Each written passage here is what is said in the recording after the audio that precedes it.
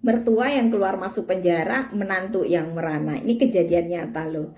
Begini, ada seorang perempuan ya, ibu muda datang ke saya. Dia mengatakan bahwa 4 tahun pernikahannya itu kerap sekali mulai 1 bulan pertama pernikahan udah mengalami KDRT.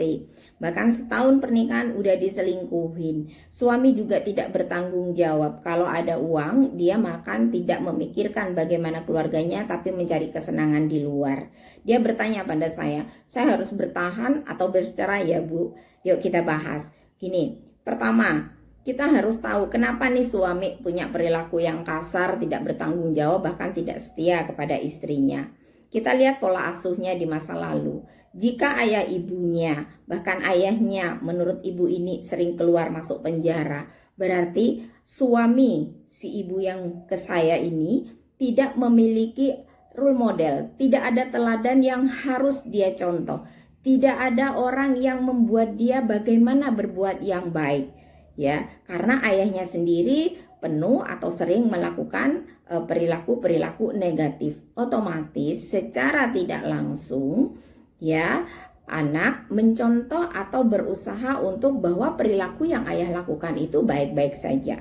Nah, sedangkan juga peran ibunya mungkin tidak dominan untuk memberikan wejangan, nasihat atau pola didik yang baik kepada anak ini, ya, suami si ibu ini. Sehingga pada saat anak ini pun dewasa, dia tidak punya konsep bagaimana memperlakukan wanita dengan baik, bagaimana menjadi suami dan laki-laki yang baik, bagaimana menjadi pemimpin keluarga untuk ayah dan untuk anak dan istrinya kelak.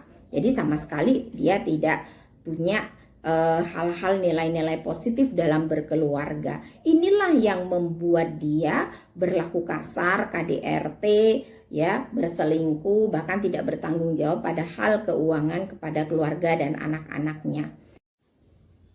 Pertanyaannya, apakah perilaku ini bisa berubah ya?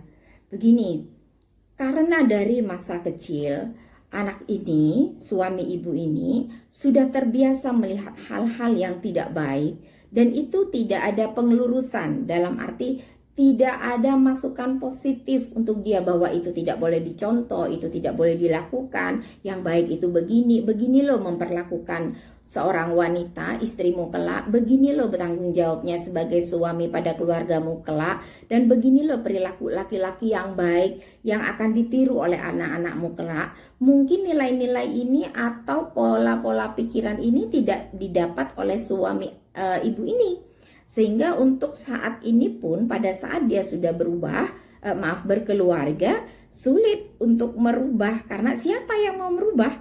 Ya, pertanyaannya begini, apakah ibu ini harus bercerai atau dia harus melanjutkan pernikahannya, bertahan? Begini ya, menurut pendapat saya, dengan perilaku suami yang latar belakang pola asuhnya seperti yang sudah saya jelaskan tadi, agak sulit sih untuk berubah dia menjadi hal-hal yang lebih positif. Ya, bukan tidak bisa, tapi agak sulit. Sedangkan kalau saya lihat kondisi psikologis ibu ini sudah mengkhawatirkan. Nah, seorang ibu dituntut untuk tenang, seorang ibu dituntut untuk bahagia, seorang ibu dituntut untuk bisa kreatif dan mandiri agar kedua anak dari ibu ini menjadi lebih baik dan punya figur ibu yang positif.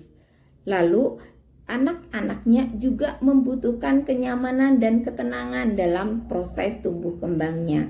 Nah, kalau ibu ini tetap berusaha bertahan dengan pernikahannya, maka kejadian KDRT, kejadian diselingkuhin, kejadian bahwa dia juga tidak dinafkahin, itu memicu psikologis ibu untuk tidak bahagia, bahkan bisa ke arah depresi. Nah, kalau ibunya sudah depresi atau dia tidak nyaman dan tidak sehat secara psikologis, bagaimana dengan anak-anak yang masih kecil-kecil? Ada 2 orang loh di situ. Saran saya atau masukan yang dari saya yang bisa dipikirkan adalah fokus dulu pada kesehatan diri. Bagaimana Anda bahagia, bagaimana Anda tenang, bagaimana Anda mandiri. Bukan dilihat dari banyak kecilnya penghasilan Anda, ya. Tetapi bagaimana Anda menjadi lebih tenang, lebih nyaman, fokus pada bagaimana menghasilkan sesuatu yang untuk kehidupan Anda di masa datang, dan bagaimana melanjutkan pengasuhan kepada kedua anak Anda. Tapi Anda sudah terbebas dari KDRT, terbebas dari perasaan marah karena diselingkuhi, terbebas dari perasaan merana karena nggak diberi uang belanja. Nah, itu menjadi lebih mengerucut, lebih kecil lagi permasalahan yang Anda hadapi sekarang.